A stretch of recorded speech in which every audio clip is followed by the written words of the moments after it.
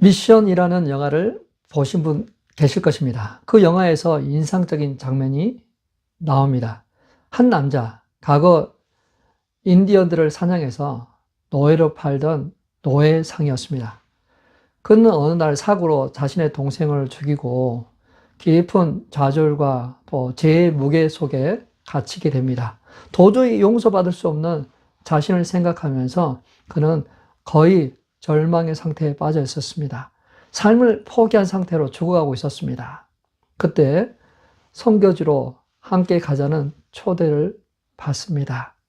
그래서 그는 자신의 죄를 상징하는 무기, 장비들을 큰 망태기에 담아서 그것을 줄로 묶어서 줄줄 끌고 갑니다. 산을 오를 때도, 폭포를 오를 때도 그 짐을 메고 올라갑니다. 너무나도 위험했어요. 주변 사람들은 그 모습을 보면서 너무 아슬아슬합니다. 정말 저 줄을 저렇게 끌고 가야 될까? 좀 내버려 두고 가면 안 될까? 꼭 저렇게 해야만 자신의 어떤 그런 죄가 해결될까? 하지만 그는 그것을 멈추지 않았습니다. 이 정도 고생은 해야지. 내가 조금이라도 어떤 죄를 좀 참회하는 그런 마음으로 스스로 자기 자신을 힘들게 했습니다. 그러던 어느 날 그와 같이 동행하던, 그를 미워하던 인디언 형제가 그에게 다가와서 그가 붙잡고 있는 그 줄을 칼로 쫙 잘라버립니다. 무거운 짐이 절벽 아래로 팍 떨어지고 그 무거웠던 어깨는 가벼워졌어요. 그는 처음으로 울음을 터뜨립니다. 그리고 진짜 용서를 경험해요. 자기 힘으로 해결하려던 죄의 짐이 자기 공로가 아니라 자기 힘이 아니라 누군가가 끊어준 줄로부터 벗겨진 것이에요. 사실 우리도 이 사람과 비슷할 때가 많습니다. 이 정도는 해야 하나님이 날 봐주시겠지, 용서하시겠지, 마음속으로 보이지 않는 그 짐을 끌고 다녀요. 나름의 어떤 그 조건을 충족시키려고 할 때가 있습니다. 하지만 오늘 우리가 볼 말씀은 율법, 즉 우리의 노력이나 행위로 의로워지는 것이 아니라 예수님께서 이미 끊어주신 그 줄, 다시 연결해 주신 그 줄, 십자가와 그 부활로 완성된 복음을 믿음으로 받아들일 때 우리는 진짜 자유롭게 된다는 사실을 말해주고 있습니다. 그래서 오늘 설교 제목은 오직 믿음으로입니다. 바울은 이렇게 선언합니다. 그러므로 우리가 인정하노라. 논쟁할 필요가 없이 그냥 확신한 말이에요. 사람이 의롭게 되는 것은 율법의 행위가 아니라 믿음으로 된다. 갈라디아서 2장 16절에서도 3번 반복합니다. 율법의 행위가 아니요 오직 예수 그리스도를 믿음으로. 율법의 행위로는 아무 육체도 의롭다함을 얻지 못한다. 그 당시 사람들은 믿었습니다. 근데 믿었지만 그 믿음 위에 할례를 받아야 된다. 율법을 지켜야 된다. 뭔가가 계속해서 추가하고 있었어요. 애도하고 있었어요. 믿음만으로는 부족해. 이것도 하고 저것도 하고 지키고 전통도 지키고 여러 가지 것들을 막 애도하고 있었던 거예요. 그럼 어떻게 되겠어요, 사람들이? 아니죠. 그래서 바울은 확신하게 이야기합니다. 아니요, 오직 믿음으로 구원받습니다. 왜냐하면 구원은 우리가 만든 것이 아닙니다. 그리스도께서 십자가에서 이미 다 이루신 거예요. 다 이뤘다고 선언하신 것입니다. 그것을 받는 겁니다. 이것이 바로 하나님이 변하지 않는 구원 원칙입니다. 불변하는 구원 원칙이에요. 우리가 계속해서 지금 불변의 법칙하고 있는데 이게 법칙입니다. 우리는 종종 이 믿음 위에 무언가를 더하는 시도를 합니다. 처음에는 믿음으로 다 시작했어요. 그런데 시간이 지나면서 점점점 그것 위에 무언가를 더하려고 합니다. 어떻게 보면 이게 인간의 본능 같은 심리인 것 같아요. 행위는 눈에 보이거든요. 평가할 수 있어요. 성취감도 누려요. 아, 내가 좀 뭔가 이렇게 했어. 이렇게 했으니까 더 받겠지. 스스로 이야기합니다. 하지만 믿음은 누구를 믿는 믿음이냐가 중요한 거거든요. 나를 믿는 것이 아니라, 나의 공로와 행위를 믿는 것이 아니라 예수님을 믿는 것입니다. 그래서 믿음은 어떤 결과보다 과정, 또 관계가 중요한 거야. 관계. 하나님 우리의 헌신보다 우리의 중심을 보십니다. 우리의 마음을 보십니다. 계산이 아니라 관계가 형성될 때, 관계의 고백이 있을 때, 그게 우리로 하여금 구원을 얻게 합니다. 자, 우리의 믿음의 대상. 내가 아닙니다. 내 행위가 아닙니다. 나를 위해서 대신 죽으신 예수님이십니다. 부활하여 통치하시는 예수님입니다.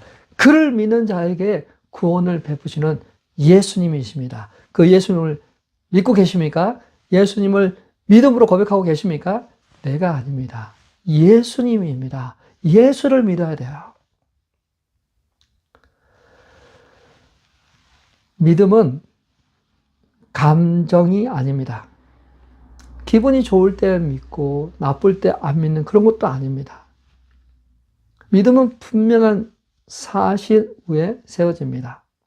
믿음 자체는 하나님의 선물이기도 해요. 우리 영혼이 그 믿음을 만들어내는 것이 아니라 처음부터 하나님께서 우리 가운데 주신 믿음을 받아서 그 믿음이 우리를 붙잡죠. 한 청년이 있었어요. 어릴 때부터 교회를 다녔습니다. 열심히 합니다. 근데 문제는 인격적으로 예수를 만나지 못했어요. 머리로는 복음이 이해가 되는데 가슴으로는 와닿지 않아요.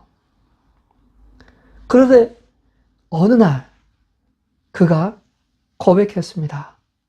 찬양을 하는 중에, 기도하는 중에 예수님께서 나를 위해 죽으셨다는 고백하는 그 순간 그 말이 드디어 가슴을 뚫고 들어와서요.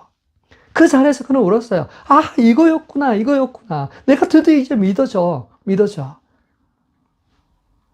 사랑하는 성도 여러분, 우리 성도님은 언제 그런 믿음의 고백을 하셨습니까? 그 순간이 바로 믿음이 시작되는 순간입니다. 성령님이 마음의 문을 여신 때예요. 믿음은 이렇게 시작됩니다. 복음을 듣고 자격이 없지만 그 은혜로우신 복음을 받아들이고 이해하고 그 진리 앞에 내 인생을 맡기는 거야. 주님, 내 영혼과 미래를 다 맡깁니다. 주님을 신뢰합니다. 이게 바로 믿음의 시작입니다. 그러나 믿음은 여기서 멈추지 않습니다. 여기서 시작된 믿음은 자라가야 돼요. 어떤 사람들은 여기서 멈춰있는 사람도 있습니다. 예수를 영접한 그 순간을 멈춰버렸어요. 영접기도 한 순간을 멈춰버렸어요.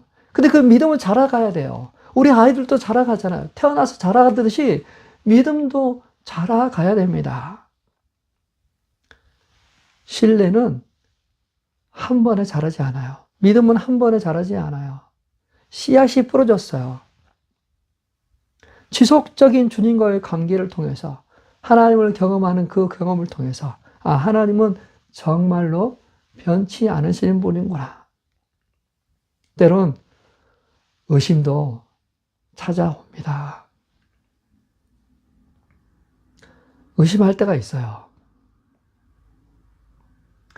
뭔가가 불안하고 괴롭습니다. 내 믿음이 약해진 건가? 그런데요, 의심은 믿음의 반대가 아닙니다. 신뢰가 자라나는 길목일 때가 많아요. 그때마다 하나님 말씀하세요. 내가 여전히 내 곁에 있다. 의심이 있어야가 확신이 있죠. 의심이 있어야 확신이 있습니다.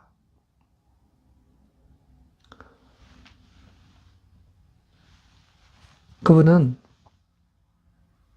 그러한 우리의 모든 것을 이해하십니다.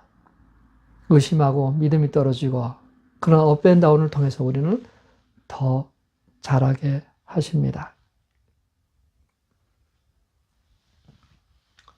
자, 그러면은 믿음의 길을 걷다 보면 이 신뢰의 초점이 흐려질 때가 와요. 믿음은 있는데 그냥 마음이 무겁고 예배가 공허할 때가 있어요. 어떤 성도님이 그랬어요. 목사님, 예전 같지 않아요. 제가 예배를 들어도 기도를 해도 뭔가가 하나님이 내 안에 계시다는 그런 feel이 없어요. 뭔가 느낌이 없어요. 그런 이야기 저도 공감합니다. 저도 그럴 때가 있거든요. 목사이지만 그럴 때가 있어요. 기도가 잘 안 될 때가 있어요. 성경을 오픈하지만 성경이 잘 들어오지 않을 때가 있어요. 하나님이 멀리 계실 때가 있어요. 그럴 때 우리는 생각하죠. 내 믿음이 약해졌다. 아, 하나님께서 나를 멀리 하시나? 근데요, 기억하세요. 하나님은 침묵하시는 것 같을 때 그때 일하고 계세요. 그 침묵 속에서 우리는 하나님의 음성을 들을 수 있어요. 하나님이 계시는구나. 하나님이 나를 붙잡고 계시는구나. 여전히 나를 붙들고 계시는 하나님의 손이 있구나. 보이지 않는다고 느끼지 않는다고 그분이 사라진 게 아니라 그분은 여전히 우리 가운데 함께 하십니다. 신뢰는 완벽한 자신감이 아닙니다. 흔들리면서도 불안해하면서도 의심하면서도 여전히 붙드는 선택입니다. 그게 신뢰예요. 여전히 그분은 변함없이 나를 사랑하신다. 그런데 놀랍게도 하나님은 우리가 하나님을 신뢰하는 그 신뢰 점수로 우리를 판단하지 않으세요. 우리를 그리스도의 완전한 우로 보십니다. 그 신실하심이 우리를 붙드십니다. 자, 여기서 다시 복음이 선포됩니다. 내 믿음은 약해질 수 있습니다. 내 믿음은 흔들릴 수 있습니다. 그러나 십자가의 은은 절대로 약해지지 않습니다. 변하지 않습니다. 동일합니다. 여전히 나를 향하여 똑같은 의가 발생합니다. 믿음이 흐려질 때 바로 그때가 십자가로 돌아올 때입니다. 주님, 제 믿음은 약하지만 십자가의 공로는 영원합니다. 그렇게 고백하시길 바랍니다. 자, 이 한마디 고백이 우리를 바꿀 수 있을까요? 우리의 상태를 어쩌면 바꾸지 못할 수도 있어요. 근데 바꾸는 게 있어요. 우리의 시선을 땅에서 주님께로 올려줍니다. 우리의 시선을 나의 믿음에서 주님의 공로로 다시 가게 되는 거예요. 그때 성령님이 우리의 마음을 다시 새롭게 하십니다. 하나님은 여전히 신실하세요. 우리 연약함 속에서 우리를 변함없이 우리를 붙들고 이끌어 가십니다. 사랑하는 성도 여러분, 매일 그래서 우리는 고백해야 돼요.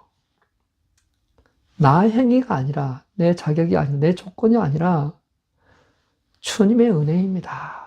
내가 아무리 열심히 해도 그럼에도 불구하고 하나님의 은혜입니다. 오직 의인은 믿음으로 말미암아 살리라. 심는 대로 거둔다고 우리 말씀을 전했죠. 그죠? 오해하지 마세요. 구원의 뿌리는 믿음입니다. 그 믿음의 열매가 행위예요. 먼저 믿음의 뿌리를 굳게 하십시오. 모든 율법주의 짐을 내려놓고 모든 종교적인 어떤 그런 억압을 풀어버리고 자유를 누리세요. 진리를 알지니 진리가 너희를 자유케 하리라. 나는 부족해도 그리스도의 의로 충분하다. 십자가로 충분하다. 이 확신이 진짜 순종과 사랑으로 이어집니다. 나의 조건과 행위로 하나님을 기쁘시게 하려고 하는 그런 것보다, 그렇게 애쓰는 것보다 이미 예수 그리스도 안에서 하나님의 자녀된 그 기쁨을 누리시길 바랍니다. 그것을 알고 그 안에 거하길 바랍니다.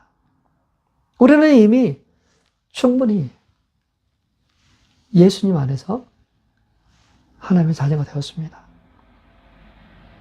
사랑하는 성도 여러분, 하나님의 구원 원칙은 지금도 그리고 앞으로도 영원히 변하지 않습니다. 사람이 의롭다 하심을 얻는 것은 율법의 행위가 아니라 오직 믿음으로 되는 줄 우리가 인정하노라. 믿으십니까? 아멘. 오직 믿음으로 의인은 삽니다. 우리가 예수 그리스도를 믿음으로 예수 그리스도를 믿는 자에게 주시는 구원의 복, 하나님의 자녀가 되는 그러한 은혜를 누리고 있습니다. 믿음에 다른 것을 애도하지 마십시오. 믿음에다가 다른 걸 추가하지 마십시오. 우리를 얽매이는, 다른 것으로 묶고 얽매이게 하는, 매이게 하는 그러한 것에서부터 자유하십시오.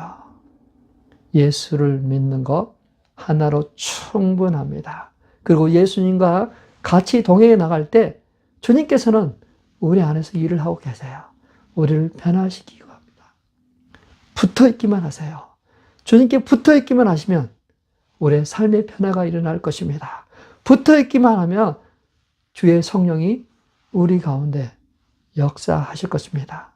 오직 믿음으로 살아가는 저와 우리 성도님 되시길 주님의 이름으로 축복합니다.